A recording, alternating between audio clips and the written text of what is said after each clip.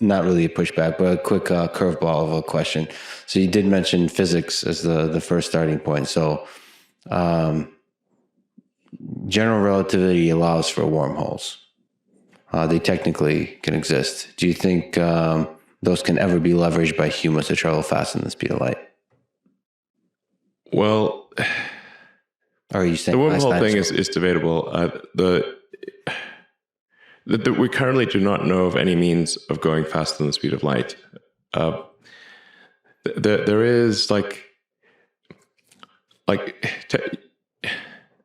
there are some ideas about having space, so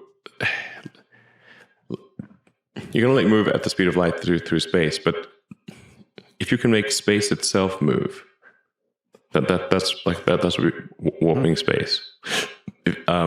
Space is capable of moving faster than the speed of light. Right. Like the universe in the Big Bang, the universe expanded at much more than the speed of light, by a lot. Yeah. But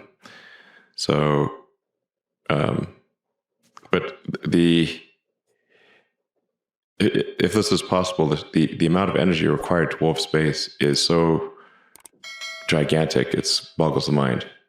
So all the work you've done with propulsion, how much innovation is possible with rocket propulsion?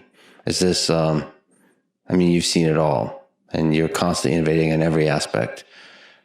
How much is possible? Like, how much can you get 10x somehow? Is there something in there in physics that you can get significant improvement in terms of efficiency of engines and all those kinds of things? Well, as I was saying, really the holy grail is a fully and rapidly reusable orbital system.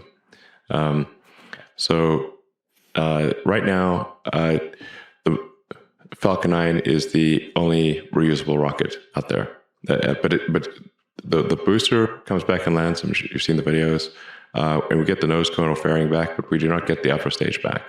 So that means that we have a minimum cost of building an upper stage. You can think of like a two-stage rocket of sort of like two airplanes, like a big airplane and a smaller airplane. And we get the big airplane back, but not the smaller airplane. And so it still costs a lot, so that upper stage is, at least $10 million. And then the degree of the booster is not as rapidly and completely reusable as we'd like, nor are the fairings.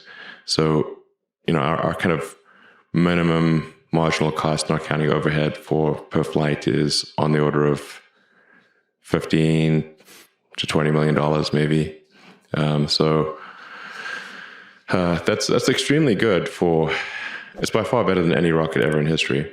But with full and rapid reusability, we can reduce the cost per ton to orbit by a factor of 100. But just think of it like imagine if you had an aircraft or something, or a car, and if you had to buy a new car every time you went for a drive, it would be very expensive. It would be silly, frankly. Mm-hmm. But you just refuel the car or recharge the car, and that's makes your trip like I don't know, 1,000 times cheaper. So it's the same for rockets. It's very difficult to make this complex machine that can go to orbit. And so if you cannot reuse it and have to throw even any significant part of it away, that massively increases the cost. So, Starship in theory could do a cost per launch of like $1 million, maybe $2 million or something like that. And put over 100 tons in orbit, which is crazy. Yeah.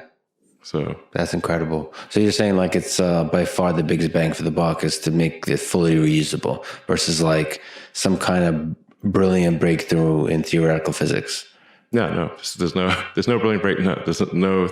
You're going to make the rocket reusable. This is an extremely difficult engineering problem. Got it. But no new physics is required. Just brilliant engineering.